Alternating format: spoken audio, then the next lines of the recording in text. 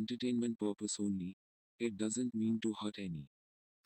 চিরদিনই আমি যে চামার যুগে যুগে চামার থাকবো। বলেন কি? আমি আছি এই যে চামার, তুমিও তো হবে চামার। চামার আমরা বড় চামার। কি ব্যাপার, এত দেরি হয়ে গেল, মালটা এখনো এদিকে এলো না।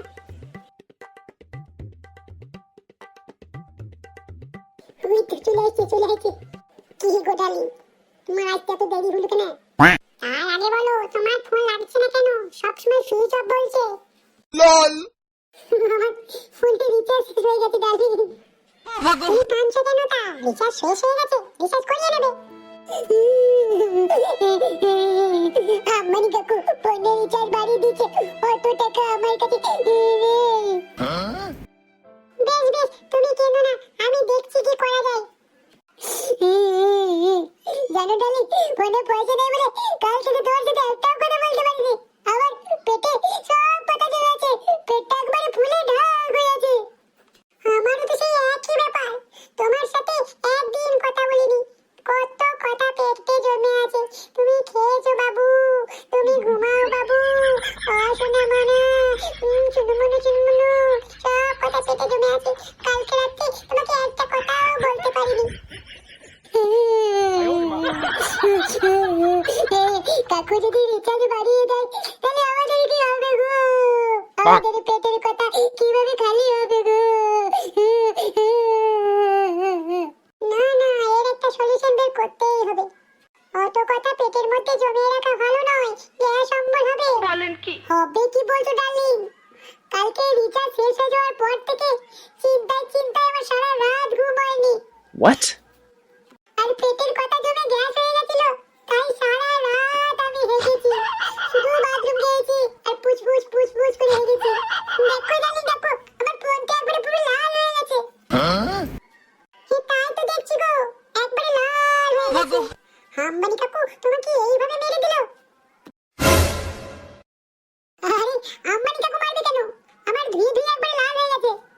ও তাই বলো, আমি তো ভাবলাম আম্বানি কাকু মুম্বাই থেকে এসে কাল রাতে তোমার একবারে মেরে দিয়ে চলে গেছে।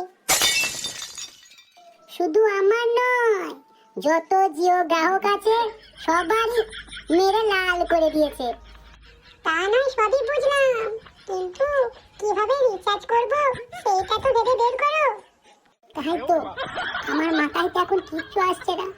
চলো দুজনে ওখানে বসে একটু ভেবে বের করি কিভাবে রিচার্জ করা যায়।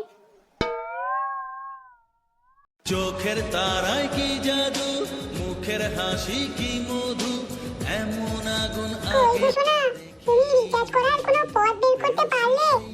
আচ্ছা শোনা, আবার চিঠি লেখা শুরু করলে কেমন হয়?